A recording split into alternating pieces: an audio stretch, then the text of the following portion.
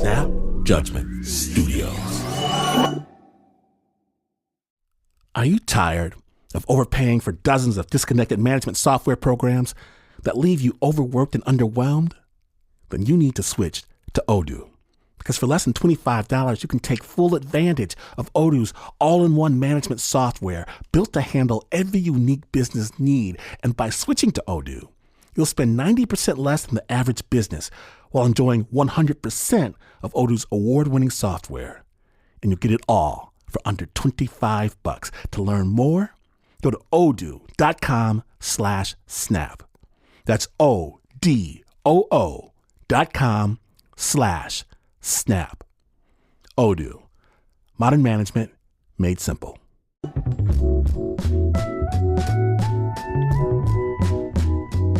When I have the illusion of control, even when it's imaginary, driving a car through a blizzard on an icy road at night, something crazy, I'm cool as a cucumber.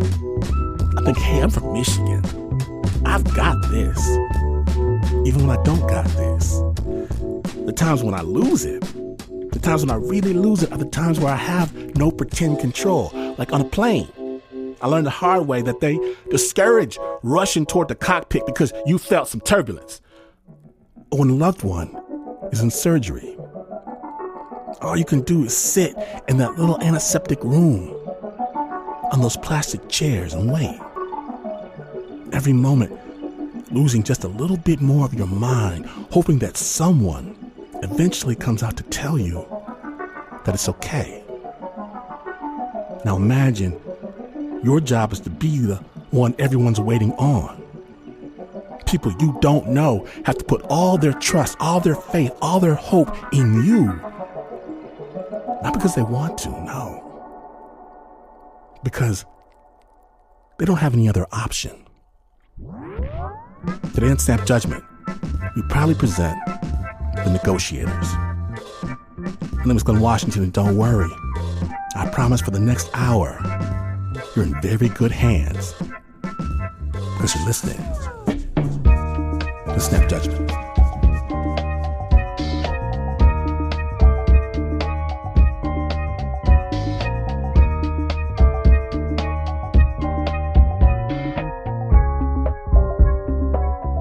We begin with Mickey Bergman. Now, Mickey's a professional negotiator, and he spends a lot of his time trying to get hostages released. Mickey's going to pull back the curtain for us and provide a play-by-play of just one of these negotiations. And it's not just any negotiation. It involves heavy hitters, like the U.S. State Department and the Commander-in-Chief of Myanmar. Mickey's boss is Bill Richardson, the former governor of New Mexico, and you'll hear Mickey refer to him as Governor Richardson or just the governor. Snap Judgment.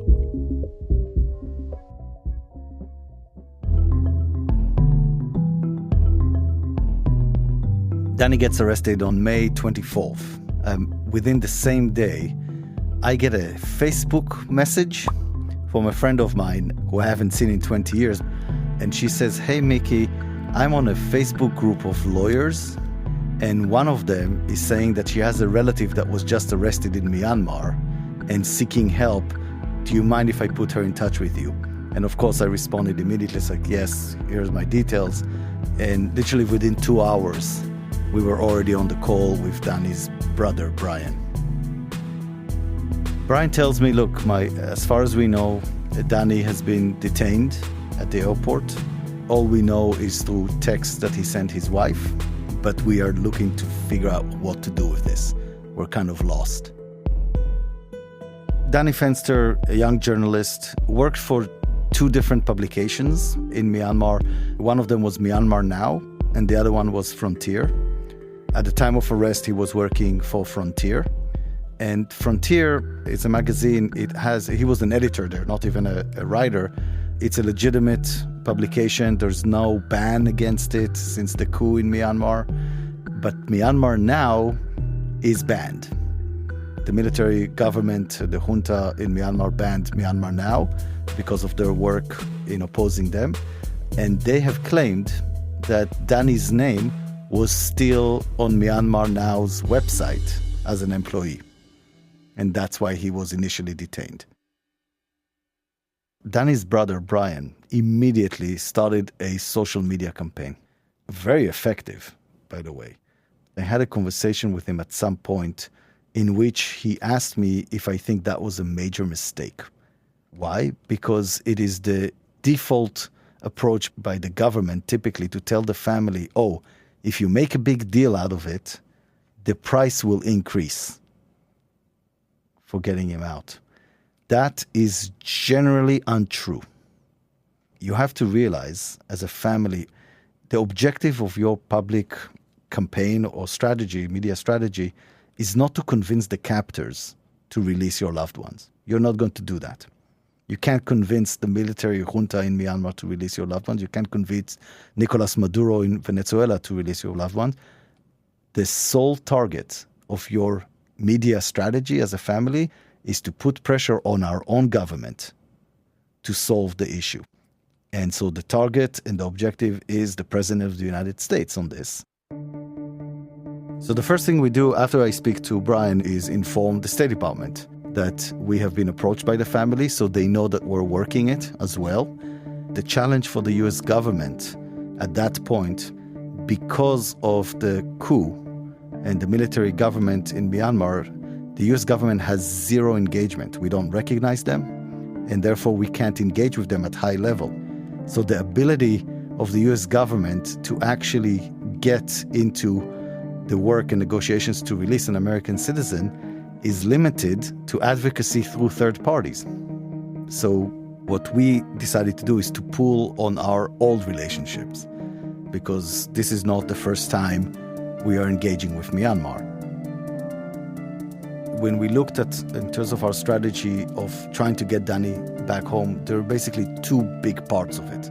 The first one is getting to the meeting, getting invited, getting to that meeting with the leader of the country, the leader of the military, the commander-in-chief, in order to be able to actually make the request. The second big part is, once you're in, what's your tactic of how to actually negotiate for a release? But it might be surprising that so much of the negotiations, not about the release, it's just negotiations of how do you get in front of a person to have the meeting so you can actually negotiate. And so we were trying to figure out how we can get to send a message, because you can't just pick up the phone and get somebody there. You need to have some sort of an avenue. It's common that we end up reaching out to questionable people, or that questionable people reach out to us. And some of these might seem like they're completely crazy, but there has been instances in the past where some of the crazy actually worked. Of course, we don't do anything illegal, but we do engage with people with complicated backgrounds. So we had a few individuals in Myanmar, including former military, retired military there, that are good friends and that we trust them, that we ask them. Some of them were not willing to engage in that. And some of them were not Myanmar nationals. They were actually international people, Americans and other nationals that we knew had relationships. And with them, it was just a matter of, would you mind vouching for us so we can get that initial conversation? And that process takes time. And for us, basically, there was a period between the end of May, when we stepped into it, until middle of August, that we actually managed to break through. We got a note from the foreign minister to say that he is looking forward to talking to the governor and set up a time for a call. The foreign minister tells Governor Richardson that they would love to see us come and visit and to focus our discussions on humanitarian assistance and COVID assistance. The governor does not raise the issue of Danny Fenster. We know that they know we're interested in that. And they know Governor Richardson's history as well. It's a big story. It's a big issue. They're holding an American, not a dual citizen, an American journalist. There was no reason to raise it, because we knew that the only way to resolve it is when we get to the leader himself. So 2 weeks after the call with the foreign minister, we received the letter of invitation. And it's a very positive letter, very succinct, and saying we're excited to, it's very friendly. We look forward to seeing you, to hosting you in Myanmar. And we take that letter, we immediately share it with the State Department to let them know that we got it. That's when things start changing in the relationship between us and the US government. Within 2 hours of us sharing that letter, we get a call from the State Department asking us to hold. When I ask why, they said because we have an indication that in a few days he will be released. Of course, the State Department doesn't share with us what those indications are. We asked, but they can't, because we don't have a security clearance and that was classified. And I said, thank you, I'll discuss this with the governor. And the governor and I talk, and we realized that there's no way we're going to be able to get on the ground before that anyway. Might as well comply and see what happens. Once the State Department asked us to hold, a bunch of other things started happening. The head of the Global Fund, which is the UN entity backing the UN's effort on vaccines, and international vaccines when it comes to COVID, the person that we reached out just a week before and scheduled a call, cancelled. It was never rescheduled.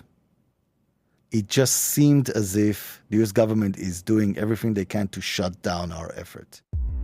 And we basically started preparing for ourselves what is our list of things that we can bring to discussion, because we wanted to be very genuine with the government of Myanmar. They invited us to talk about this. We need to come and talk about this. Can't be fake. It's not a Trojan horse. It has to be real and it has to be tangible. And so we engaged with the UN humanitarian agencies to see what they might need, what their priorities are, just to get a sense of what it is that we can advance. And then I get a message from the US Embassy in Yangon that tells me, well, you're just going to have to trust us on this. We know what we're doing. For me, that's a trigger, I have to admit. It's a trigger because whoever is the person that sent it to me, and it was a high-level official from the embassy there, you don't use that language. A, you don't know what you're doing, because this is your first time ever dealing with a case like that. We have decades of experience in this. And second, you have to trust us. I don't know you. Why would I trust you? If you tell me what it is that you're doing, maybe I'll believe it. But September 5th came, Danny Fenster had his hearing, and was remanded for 2 more weeks. I had another call with State Department, and I was told, no, please wait 2 more weeks because there's still a COVID lockdown. In 2 weeks he has another one, then it will be resolved. We contemplated again, we decided to comply again and delay. At this time, we're just playing with the foreign minister in Myanmar about the dates of when we can do it logistically. So we're already more than a month since we got an invitation that we're getting delayed from State Department, or asked by State Department to delay.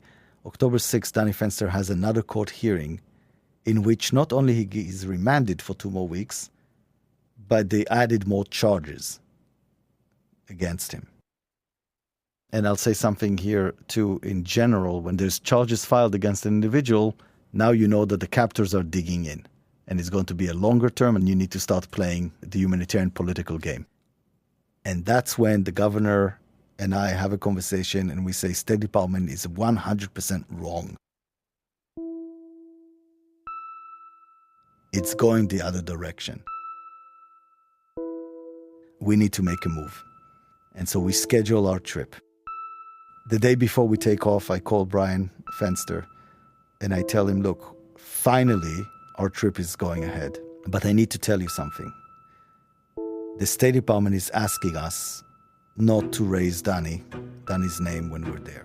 Repeatedly, the State Department asked us to delink our visit from Danny Fenster, and then I paused because I needed to see his reaction. He was silent for a few seconds and then he said, well, I guess if that's what they're asking, maybe they know what they're doing. And I said, okay, but I have to tell you, Brian, that if we have an opportunity to bring him home, we're not going to leave him behind. And I was laughing and Brian was laughing. He's like, yeah, please don't leave him behind if you have an opportunity to bring him. And that was basically the minimum mandate that we needed. We were genuinely going to go on this mission private humanitarian mission, talk about humanitarian assistance, talk about COVID. And if we had the opportunity, if we felt we had the opportunity, we would make the push for Danny. It's great when things have happy endings, but it also, the curse of it is that when you're not successful, like you stay awake in the middle of the night thinking about this. I'm thinking about my daughter and I'm thinking what it would feel like for her to be locked up somewhere. And you feel terrible about this because every day that you haven't been able to bring somebody home is a failure. And you know what that means to the families. And we took off the next day. We arrived directly to the capital, Naypyidaw, and we have meetings with about 4 different ministers over the span of 2 days. The Minister of Health, the Foreign Minister, of course, the Minister of Social Welfare, and the Home Affairs Minister. And we stick to the points that they've invited us to discuss. On the second day, that's when we had the scheduled meeting with the Commander-in-Chief. Now we had the big challenge of, okay, how do we make this meeting successful? We do not raise Danny Fenster in that meeting. We talk about COVID, we talk about the discussions we had with his ministers, about humanitarian issues. And towards the end of that meeting, the governor asks the Commander-in-Chief and says, can we spend just a few minutes, just you and I? The governor had to achieve in those few minutes a connection with a person he's never met before and a personal attachment. And if he felt that that was working, then he can raise the request. If not, he doesn't. We did our research before about the leader. One of the really interesting things that we know is that he is a very quiet individual. His voice doesn't project. He doesn't give bombastic speeches. He's almost shy a little bit, which is not what you expect from the head of a military that just did a coup and now is the head of the country. But we saw that as something interesting. And so when I prepared a little note for the governor, like talking points, handwritten, basically from my pad, I wrote 4 points. And the first one was to talk to the leader about his leadership. And the governor basically told him, look, General, I meet a lot of leaders. And I've met a lot of leaders around the world, around my career, over 30 years. You have a unique kind of leadership. You're quiet. It's a quiet leadership. And I know that people tell you that you need to be all charismatic and bombastic, but I'm telling you, this is actually really, really powerful. You should feel good about that. At that moment, the Commander-in-Chief took his glasses off and they engaged in a really long personal conversation about how it feels to suddenly be a leader of a country that you didn't intend to necessarily. What does it mean on your family? A lot of personal stuff. And so they made that connection. The second point that the governor talked to him about, he told him, General, I'm getting criticized for coming here to see you. I'm a politician. It's okay. I'm used to it. I have thick skin. So let them criticize. I'm doing this because I love the people of Myanmar and I want to be helpful to the people of Myanmar. But if you want to help me with my critics, there is something you can do. And that was the third point. He said, there is this young American guy here, Danny Fenster. If you give him to me, you'll shut up all the critics. The leader obviously knew about Danny. He asked the governor a bunch of questions about Danny's wife. He mentioned that it was raised to him by some of the other conduits. And after a little bit of a back and forth, he asked the governor, is this a big deal? And the governor said, yeah, it will be a big story in the United States, but I don't need you to do it for that. I want you to do it for me. When we return, can the governor convince the leader of Myanmar to release American journalist Danny Fenster? Stay tuned.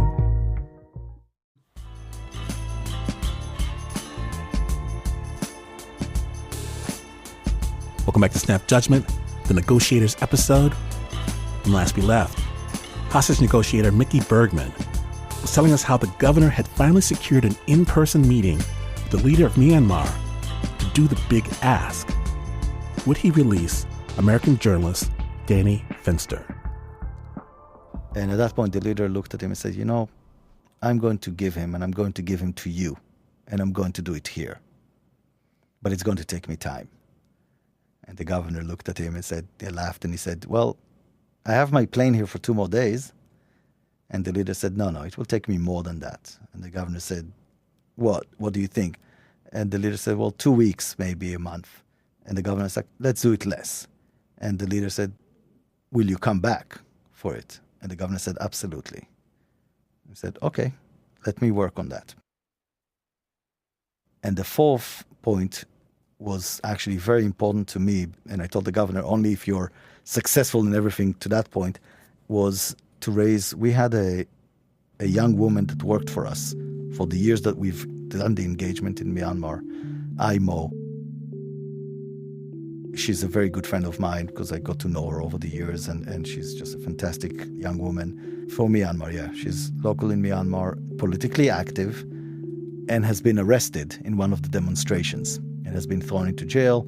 And I gave the governor a picture of me, her, and the governor from one of the trainings that we did.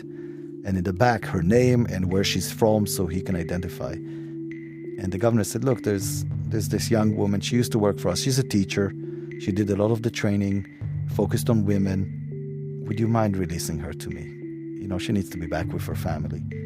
And the leader didn't know who she was, but he started asking, what did she do? And the governor said, well, she probably agitated you guys in the streets. And they were laughing about this. And he said, she'll be at your hotel tomorrow. When you read about a leader like that, or when you hear other people talk about him and you think you're going to meet a monster, and then you meet an individual, a complete individual, very, very devout Buddhist, personal. I'm not saying that to take away from everything that he's responsible for. This is just the complexities of human beings. Whether we agree with what they do, and of course we don't, but I want to break that sense of good and evil, because as you work in this field, you realize the world is way more gray, and people who are responsible for terrible things doesn't mean that they're all evil.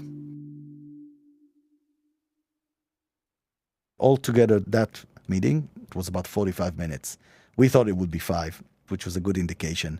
The next day, we were scheduled to meet with the U.S. Embassy in Yangon, the ambassador there, and we asked the U.S. ambassador in Yangon to call in about 10 ambassadors from other countries, allies of the U.S., so we can brief them about our humanitarian conversations and COVID stuff. And at the end of that meeting, the ambassador asked the governor, what about Danny Fenster? And the governor looks at him and he says, you, meaning State Department, asked us not to raise Danny Fenster. And the ambassador said, yeah, I know, but did you talk about it? And the governor repeated that line, you have asked us not to raise Danny Fenster. And the reason why it was so important for us to do that, first of all, because that was their request. And second, because the agreement with the leader, the commander-in-chief, was we cannot tell anybody that he's working on it. That was our first priority. But as we're on the plane on the way back, we also start seeing a lot of the social media about our visit and criticizing us, of course, because we didn't bring Danny Fenster home. We gave legitimacy to the leader, all of that, all of the stuff that we expected. And I texted Brian from the plane and I said, hey, we're airborne right now. Can we talk on Monday so I can debrief you? And this is on Signal, so I can see that he received it, but he didn't respond. And the governor was asking me, what do you think is happening on this? And I said, I think that the narrative that we have failed him, they believe it. Maybe even the U.S. government told him that. And the governor asked me, do you want to go to Detroit to meet with the family and just to explain to them what happens? And I told him, look, every fiber of my being wants to do that because I can't. It's hard for me to know that they're so mad at us right now, not for a good reason. But I said, I think we shouldn't. And we agreed that we shouldn't, because if we are right about what was happening, in a week it's not going to matter. We're going to have Danny and everything is going to be done. But if I go to Detroit and I have a bad meeting with them, They tell us we're off the case and we don't have a mandate to go and pick him up. The next few days were very difficult. We just got slammed everywhere. And Danny's trial in Myanmar was accelerated. And he was convicted and received a sentence. I think it was 11 years or 14 years. And everybody blamed us for this. Not only did we not get him, but we actually got him the maximum sentence. And that's difficult to approach. But we also knew that that's why the leader needed time. He needed to finish the trial. He needed to convict him. And by the way, the harsher the sentence, the bigger and more grandiose the gesture of a pardon is. So it's kind of counterintuitive when you feel like as a family, oh my God, 14 years, 11 years in jail. But it is a dramatic build-up. But we couldn't tell the family, and we couldn't tell our own government. And we waited. On November 9th, I receive a message from the chief protocol, who's my contact with the government in Myanmar, to say that our sensitive request is ready. Can you be in Myanmar on Monday the 15th, so 6 days later? And then we start racing and putting together the second mission, the extraction mission, which we just realized is going to be way more complicated than the first one. We had basically 4 days to put it together, because if we needed to be in Myanmar on Monday, we needed to take off from the US on Saturday. Initially, I thought, we'll use the same plane we used before. That plane was not available. We didn't have a plane. So we needed to find a charter. And you start looking for a private jet in the Middle East that is willing to fly to Myanmar in an anti-Muslim government is complicated. And eventually, we found a plane that is owned by a Lebanese person. We had to fly commercially from New York to Doha, then have a private jet from Doha to Myanmar. A day before we took off, the owner of the plane sent a query to us saying, why are there 4 people in the manifesto going in and 5 on the way back? And the operator responded to him, it's a prisoner they're bringing back. And at that point, the owner flipped and said, wait a minute, because in his mind, we're going guns blazing in order to rescue somebody using his plane. And so he demanded that we have a letter from the US government to say that this is legitimate. And I had the unfortunate pleasure to let him know that he can't get that letter because the US government doesn't know that we're doing this. But I would sign an affidavit that there's no weapons involved and that before the prisoner boards the plane, I will provide in English his release letters. So when we took off that Saturday towards Myanmar, we didn't know exactly what to expect. We were confident they're giving him to us because otherwise they wouldn't send me his passport, they wouldn't send me the release papers, all these things that they did. But there was no agreement or no talk about how it's going to look like. Will they call him in and do this humiliating kind of media event around it? And that was something that we were worried about. We have another meeting with the commander-in-chief before the actual handover. And we had one objective for that meeting, not to screw it up. We just can't make any mistakes. And so we rehearsed on what we say, what we don't say. And in that meeting, the governor asked, so how is it going to happen? Are you going to bring him here? Are there going to be like videos, cameras? And the leader said, no. That will be not dignified. He's waiting for you at the airport. And that's when it truly struck me, the religious convictions of the leader. He had an opportunity to make this a big splash. He didn't. It's a 10-minute drive from the palace to the airport. We got to the airport, and that's when we saw Danny for the first time. That's when you really know that you have the person, because you don't believe it until it's there. Danny seemed completely confused. He had no idea what was happening. They picked him up that morning from the prison, which is about 5 hours drive down in Yangon. They shackled him, both legs and arms, Nobody spoke English, so he had no idea. He told us that in his mind, he thought that he's going to be sent to a different prison where he would disappear. But then they made him wait at the airport, so he figured that something was going on. And then we saw him, and I operated very quickly on this. So the governor saw him, exchange a few words, and then I was to grab Danny very quickly and take him to the plane. And let the governor do all the goodbyes and all of that stuff. And as I was taking Danny to the plane, I called his brother and just said, "Hey, Brian, I have Danny here. You have 1 minute to talk to him." They spoke a little bit. And then I took him up to the plane. And Danny, he's a very funny guy. And he's like, "Mickey, I need to ask you a question. I'm sorry.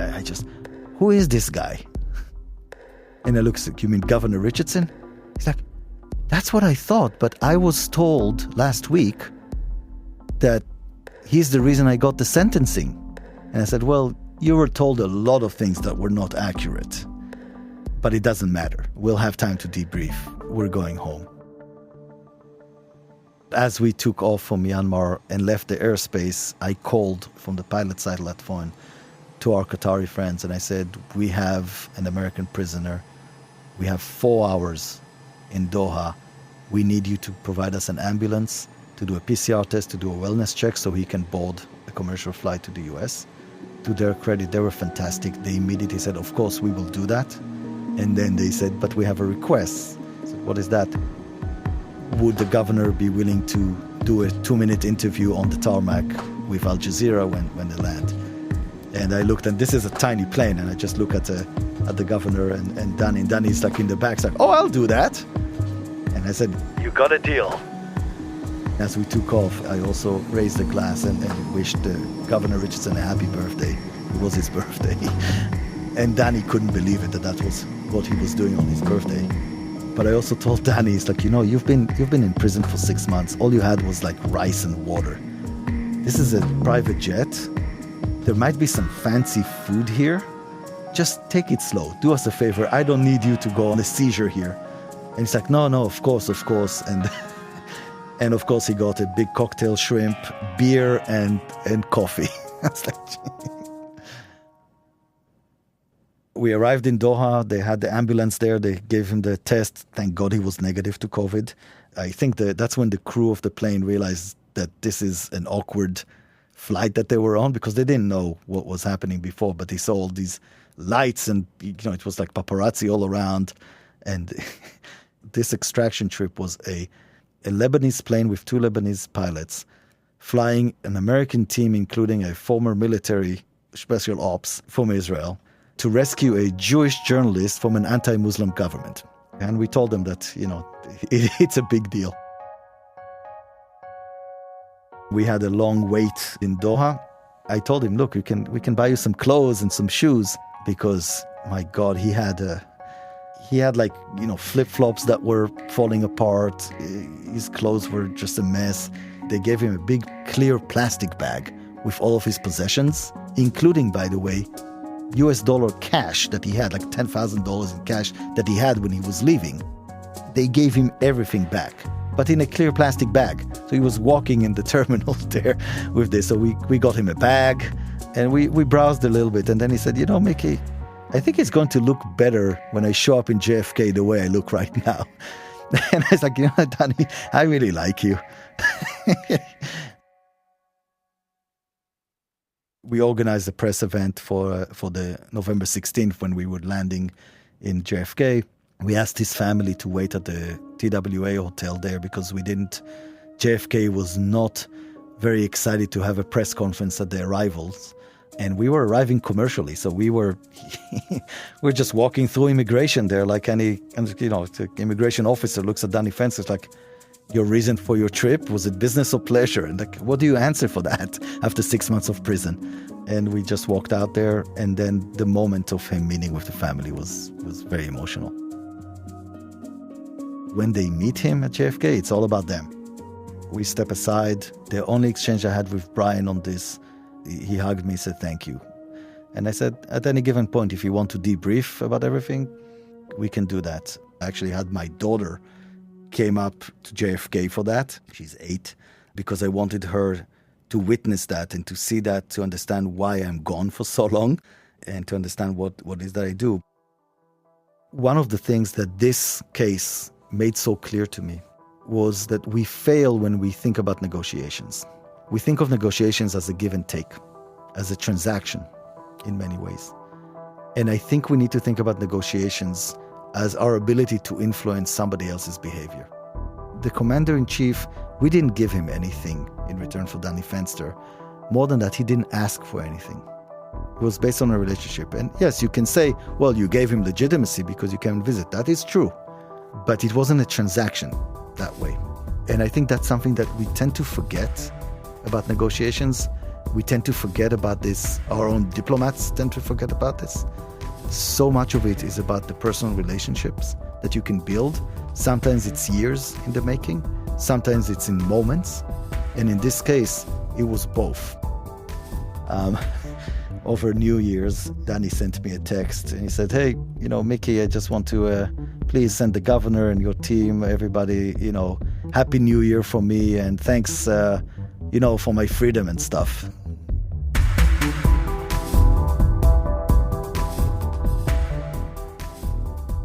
Big thanks to Mickey Bergman for sharing this story. Foreign Policy asked the State Department about the issues Bergman raised in this piece, but no one there wanted to comment on the record. They did hear in writing from one person who could be described only as a senior U.S. official working on Asia policy. The statement said, quote, "From day one of Danny's detention, our teams in Burma and the United States worked tirelessly to reunite Danny with his family. We are grateful to all who helped secure Danny's release, including those within the U.S. government, members of Congress, partner countries, and Governor Richardson." Mickey Bergman's book about his negotiations will be published by Hachette's Center Street imprint very soon. The Negotiators is hosted by Jen Williams. Dan Ephron, the executive editor of podcasts at Foreign Policy, produced this story. Laura Rosbrow-Telem is the show's senior producer. The Negotiators team includes Japhet Weeks, Rob Sachs, Rosie Julin, Claudia Teti, Jigar Mehta, and Amjad Atallah.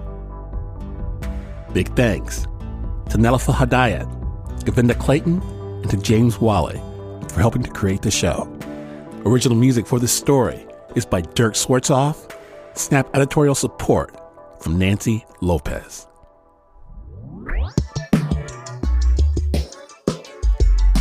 Yes, there are more stories in the Negotiators podcast, each episode featuring a dramatic negotiation. We'll have a link at snapjudgment.org.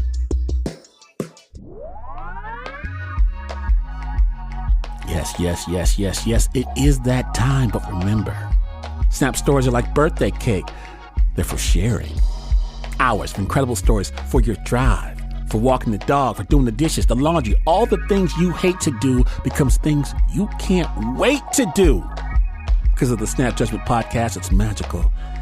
So it's brought to you by the team that always places their keys on the hook next to the door each and every evening so there's no frantic searching come morning time. Except for the producer, Mr. Mark Ristich. He has no idea, even now, where his keys might be. There's Nancy Lopez, Pat Mesiti-Miller, Regina Bediaco, David Exume, Anna Sussman, Renzo Gorio, Shayna Shealy, Teo DeCott, Flo Wiley, John Facile, Marissa Dodge, Bo Walsh, Annie Nguyen, Zara Norbosch, and Doug Stewart. And please know that this is not the news. No way is this the news. In fact, you could dodge the laser beam sensors, bust open the door, shoot all the bad guys with the tranquilizer darts, crack open the safe with the secret code, only to discover, instead of the jewels, there's the producer, Mr. Mark Richich's keys, right there in the safe. And you would still not be as far away from the news as this is. But this is PRX.